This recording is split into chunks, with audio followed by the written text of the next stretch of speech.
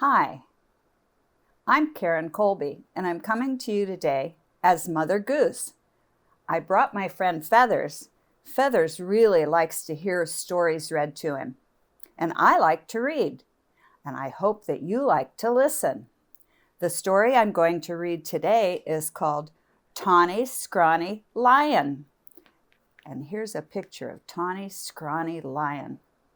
Scrawny means really skinny, really thin. So he is really thin lion.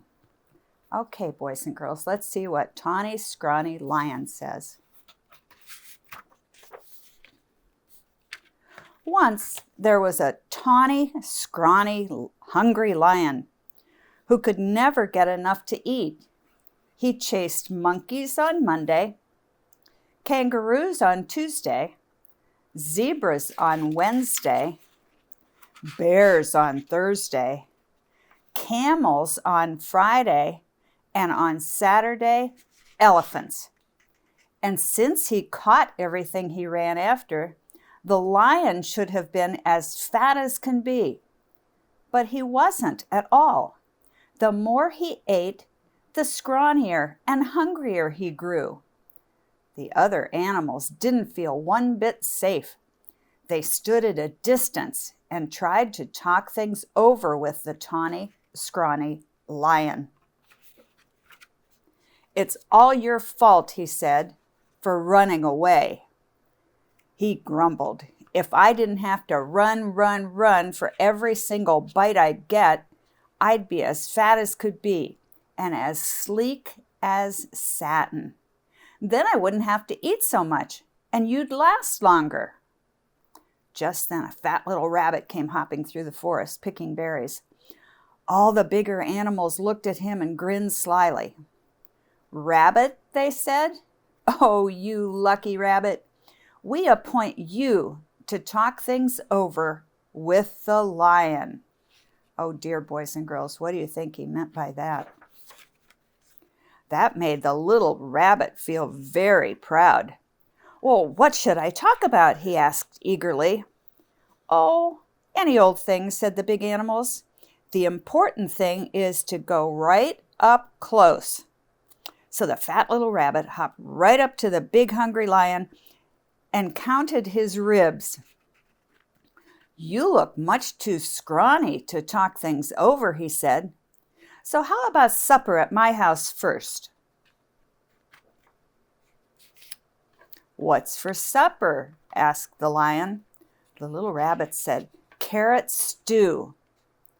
Well, that sounded awful to the lion. But the little rabbit said, "Yes, sir, my 5 fat sisters and my 4 fat brothers are making a delicious big carrot stew right now." "What are we waiting for?" cried the lion. And he went hopping away with the little rabbit, thinking of 10 fat rabbits and looking just as jolly as you please. "Well," grinned all the big animals, "that should take care of Tawny Scrawny for today." Before long, the lion began to wonder if they'd ever get to the rabbit's house. First, the fat little rabbit kept stopping to pick berries and mushrooms and all sorts of good-smelling herbs. And when his basket was full, what did he do but flop down on the riverbank? "Wait a bit," he said. "I want to catch a few fish for the stew." That was almost too much for the hungry lion. For a moment, he thought he would have to eat that one little rabbit there and then. But he kept saying to himself, 5 fat sisters and 4 fat brothers. He said that over and over to himself. And at last, the 2 were on their way again. "Here we are," said the rabbit, hopping around a turn with the lion close behind him. Sure enough, there was the rabbit's house, with a big pot of carrot stew bubbling over an open fire. And sure enough, there were 9 more fat, merry little rabbits hopping around it. When they saw the fish, they popped them into the stew, along with the mushrooms and the herbs. The stew began to smell very good indeed. And when they saw the Tawny Scrawny Lion, they gave him a big bowl of hot stew. Then they hopped about so busily that really it would have been quite a job for that hungry, tired lion to catch even one of them. So he gobbled his stew, but the rabbits filled his bowl again. And when he had eaten all he could hold, they heaped that bowl with berries. And when the berries were gone, the Tawny Scrawny Lion wasn't scrawny anymore. He felt so good and fat and comfortable that he couldn't even move. Here's a fine thing, he said to himself. All these fat little rabbits, and I haven't room inside for even one. He looked at all those fine, fat little rabbits and wished he would get hungry again. Mind if I stay a while? He asked them. We wouldn't even hear of you going, said the rabbits. Then they plopped themselves down in the lion's lap and began to sing songs.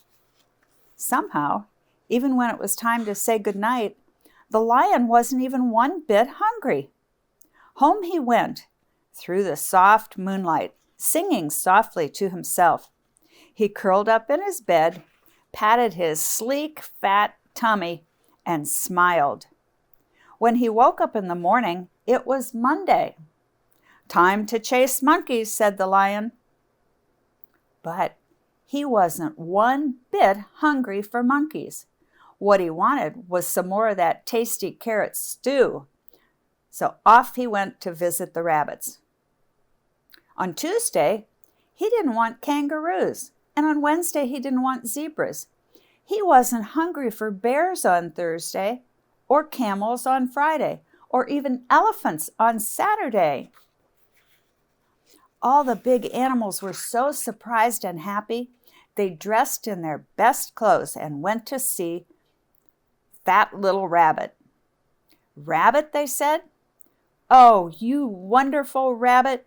What in the world did you talk to Tawny, Scrawny, Hungry, Terrible Lion about? The fat little rabbit jumped up in the air and said, Oh my goodness, we had such a good time. I had a wonderful time with that nice, jolly lion that I guess we forgot to talk about anything at all. And before the big animals could say one word, the tawny lion came skipping up the path. He had a basket of berries for the fat rabbit's sisters, and a string of fish for the fat rabbit's brothers, and a big bunch of daisies for the fat rabbit himself.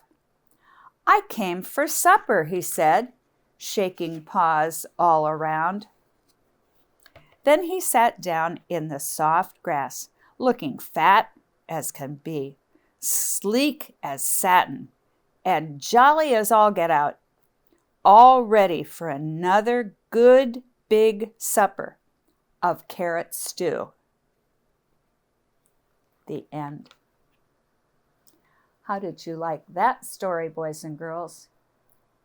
That lion was fierce and ferocious and very, very hungry. How did the little rabbit trick him? Right. He talked him into going back to his house and having carrot stew. Well, that didn't sound very good to the lion, did it? But he kept thinking of the 9 rabbit brothers and sisters, and so he followed the little rabbit home. But he got a surprise when he got there.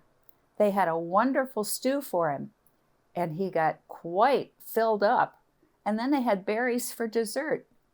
He was so happy and so full, he didn't even think about eating the little rabbits.